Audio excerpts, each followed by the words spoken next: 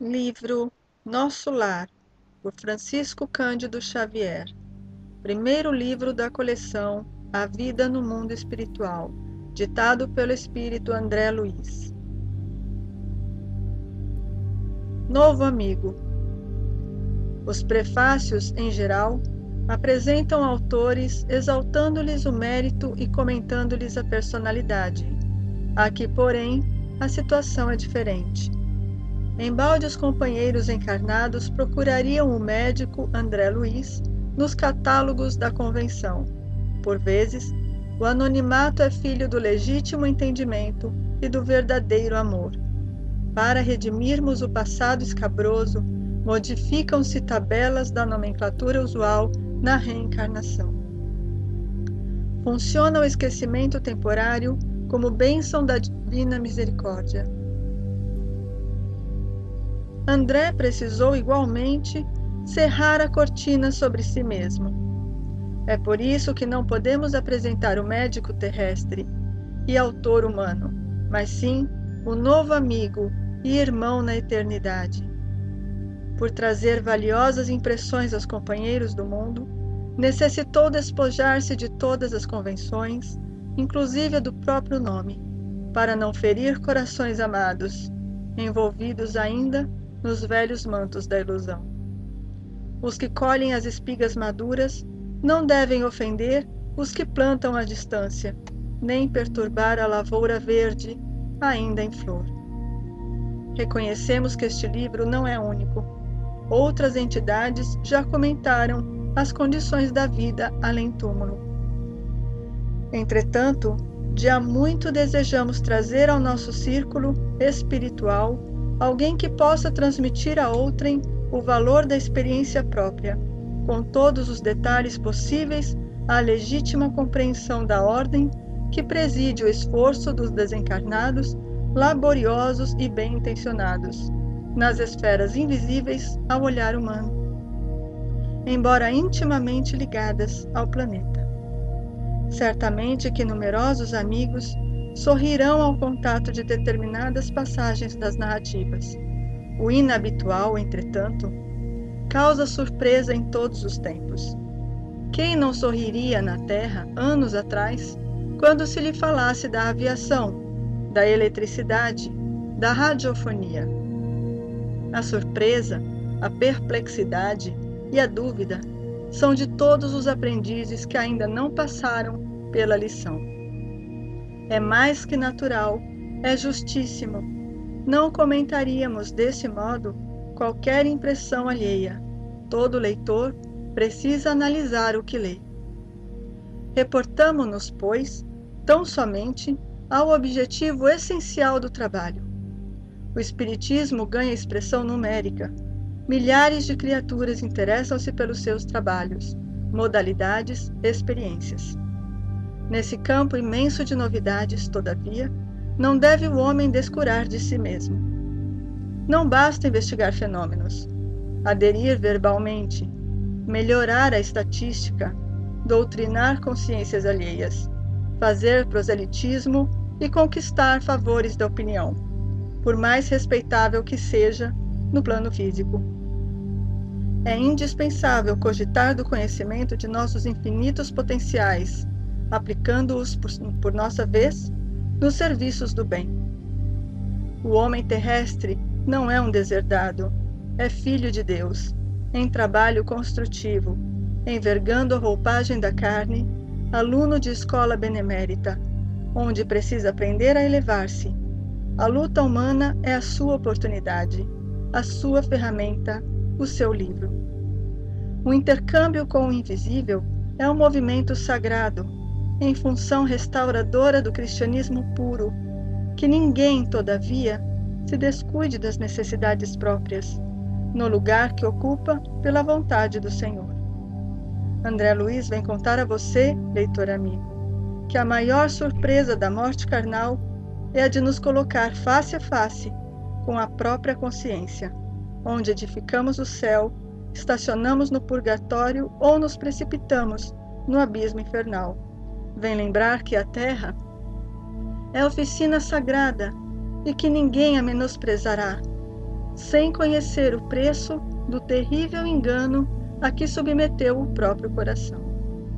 Guarde a experiência dele no livro d'Alma.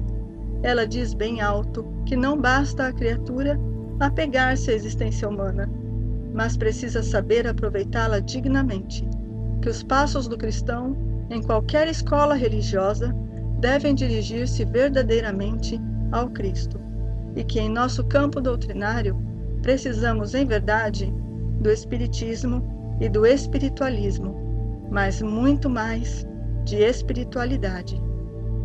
Dito por Emmanuel, em Pedro Leopoldo, 3 de outubro de 1943.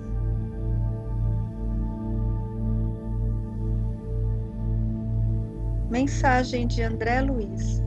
A vida não cessa. A vida é fonte eterna e a morte é jogo escuro das ilusões. O grande rio tem seu trajeto antes do mar imenso.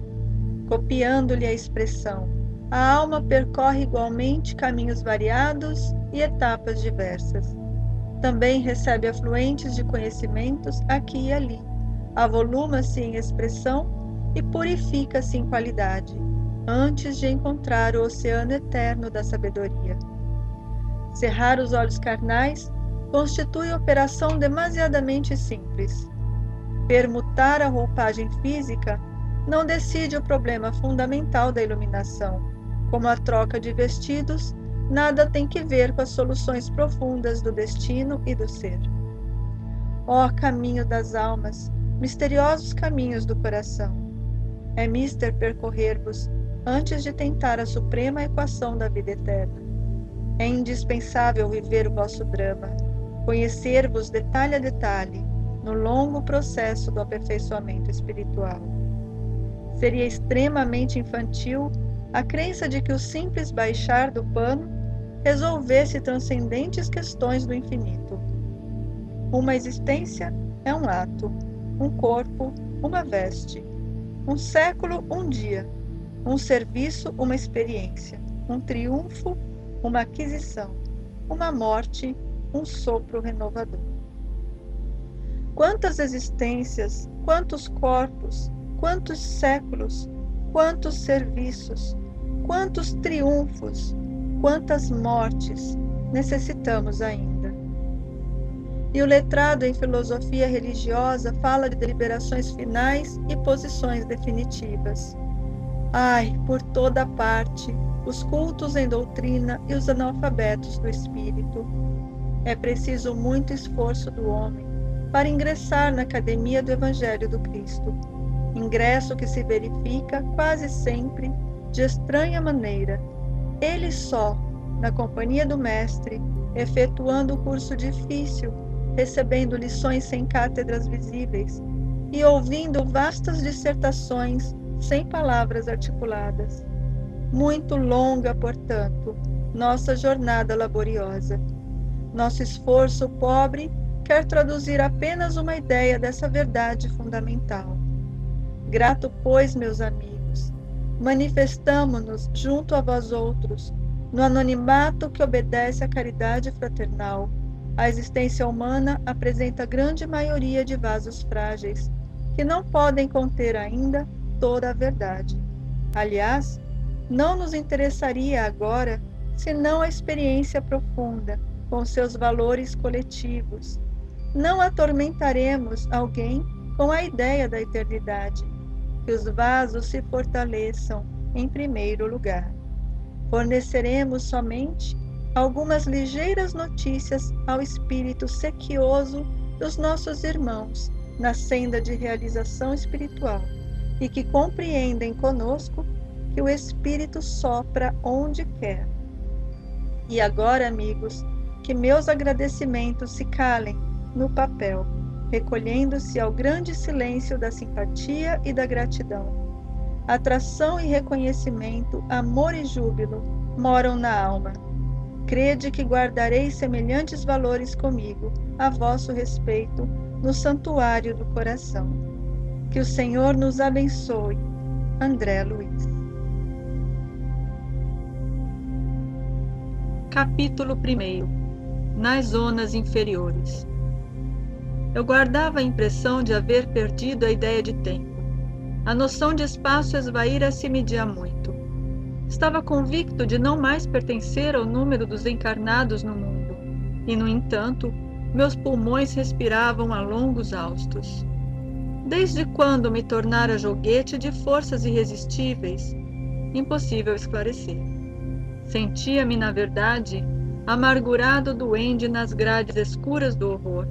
Cabelos eriçados, coração aos saltos, medo terrível senhoreando-me. Muita vez gritei como louco, implorei piedade e clamei contra o doloroso desânimo que me subjugava o espírito.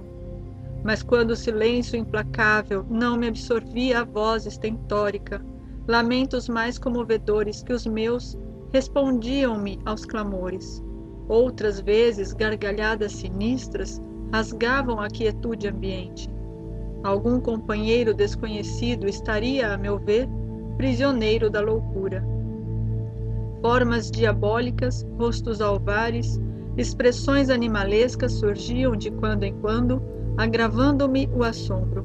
A paisagem, quando não totalmente escura, parecia banhada de luz alvacenta, como que amortalhada em neblina espessa, que os raios de sol aquecessem de muito longe.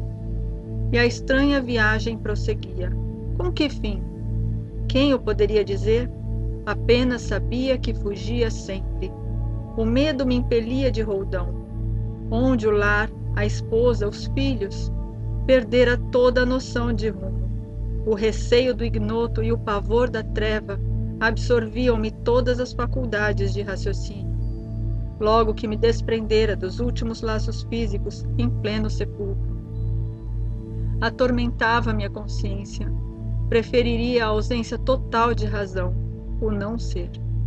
De início, as lágrimas lavavam-me incessantemente o rosto e apenas em minutos raros felicitava-me a bênção do sono.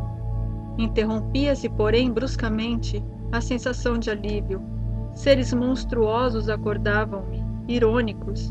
Era imprescindível fugir deles. Reconhecia agora a esfera diferente a erguer-se da poalha do mundo, e todavia era tarde. Pensamentos angustiosos atritavam-me o cérebro. Mal delineava projetos de solução, incidentes numerosos impeliam-me a considerações estonteantes. Em momento algum, o problema religioso surgiu tão profundo a meus olhos. Os princípios puramente filosóficos, políticos e científicos figuravam-se-me agora extremamente secundários para a vida humana. Significavam, a meu ver, valioso patrimônio nos planos da Terra. Mas urgia reconhecer que a humanidade não se constitui de gerações transitórias, e sim de espíritos eternos, a caminho de gloriosa destinação.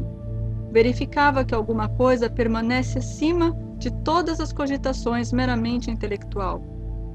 Esse algo é a fé, manifestação divina ao homem. Semelhante análise surgia, contudo, tardiamente. De fato, conhecia as letras do Velho Testamento e muita vez folheara o Evangelho. Entretanto, era forçoso reconhecer que nunca procurara as letras sagradas com a luz do coração. Identificava-as através da crítica de escritores menos afeitos ao sentimento e à consciência, ou em pleno desacordo com as verdades essenciais. Noutras ocasiões, interpretava-as com o sacerdócio organizado, sem sair jamais do círculo de contradições onde estacionara voluntariamente. Em verdade, não fora um criminoso, no meu próprio conceito. A filosofia do imediatismo, porém, absorvera-me.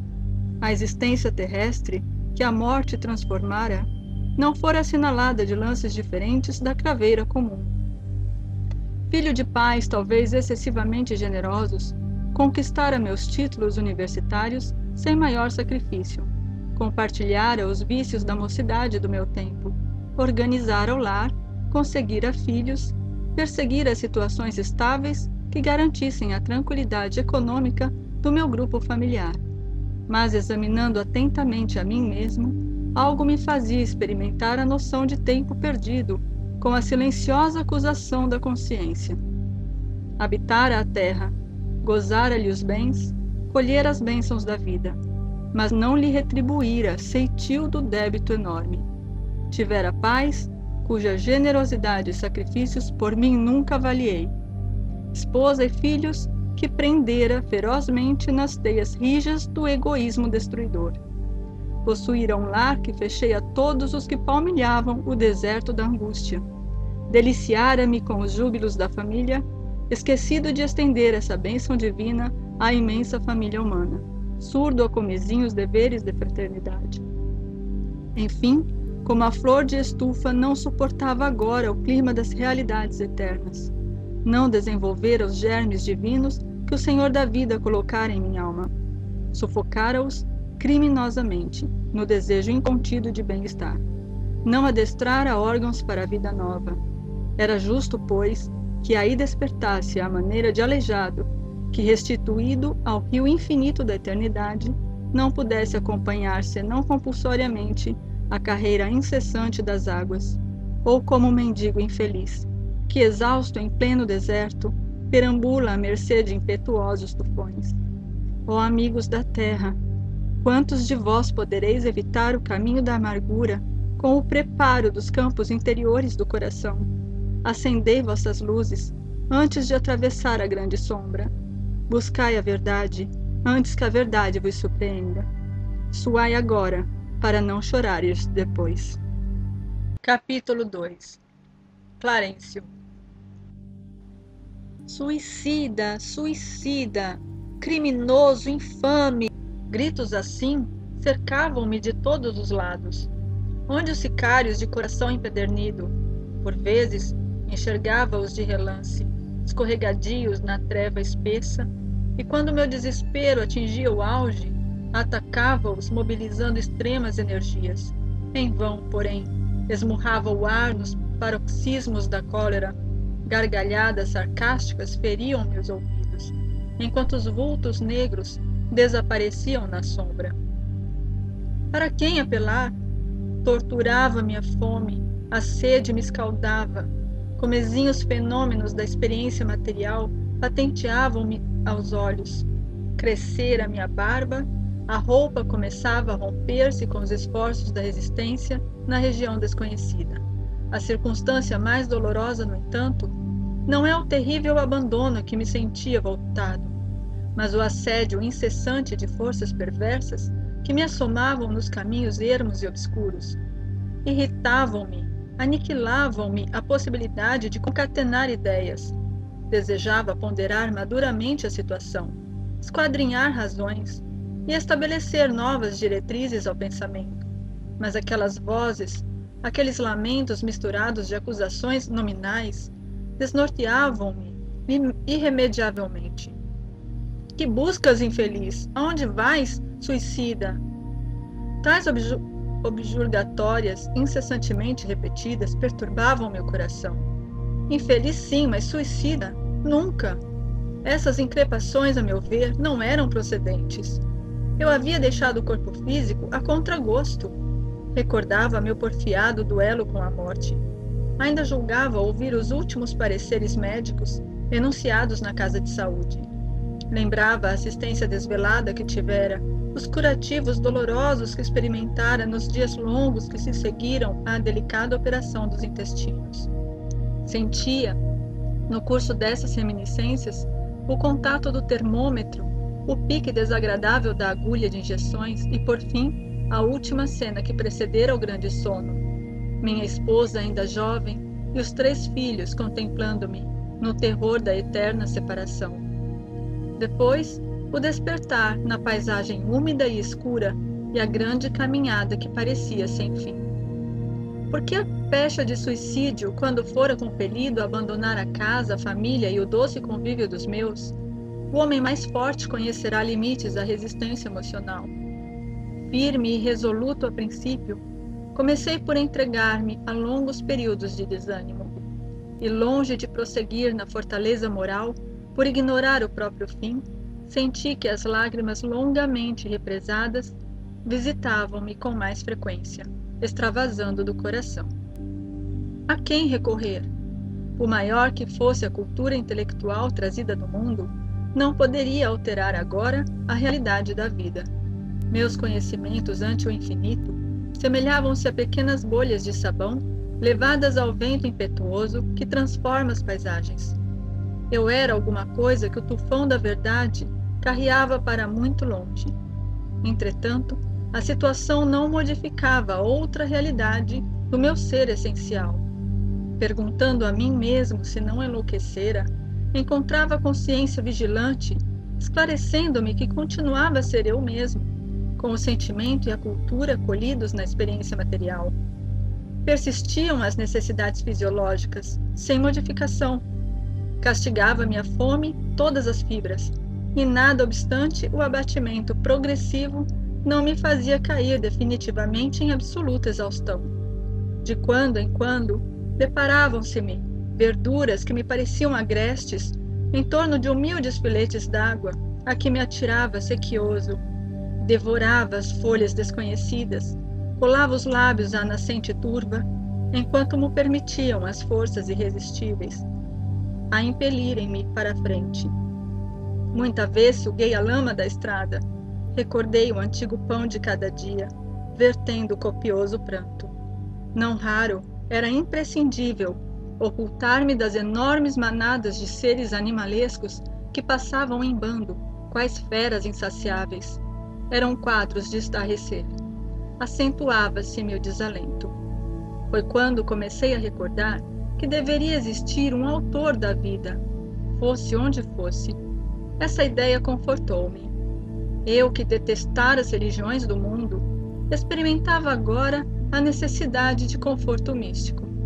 Médico extremamente arraigado ao negativismo da minha geração, impunha-se-me atitude renovadora. Tornava-se imprescindível confessar a falência do amor próprio, a que me consagrara orgulhoso.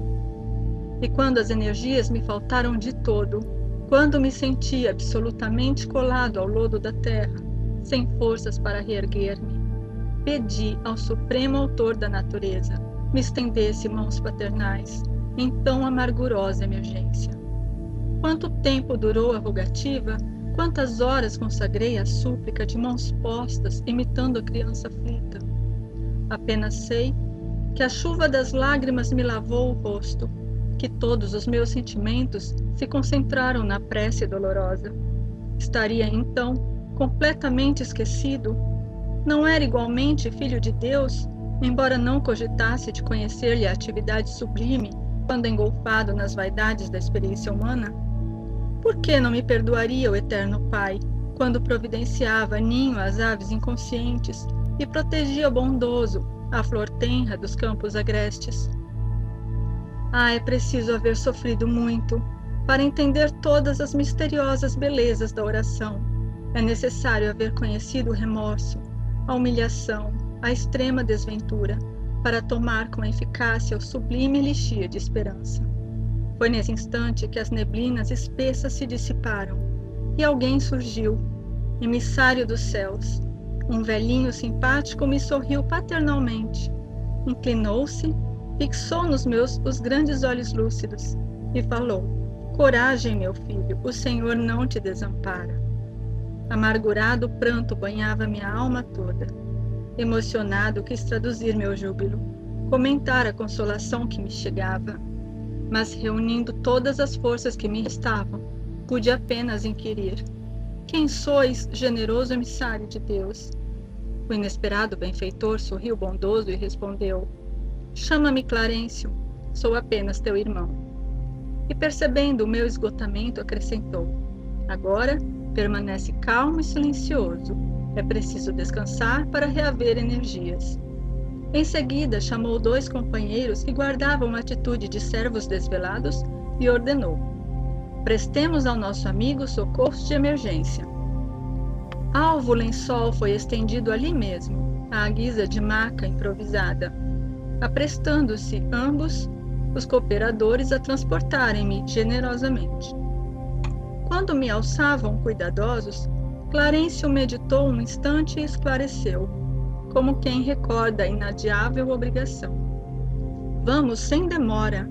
Preciso atingir nosso lar com a presteza possível.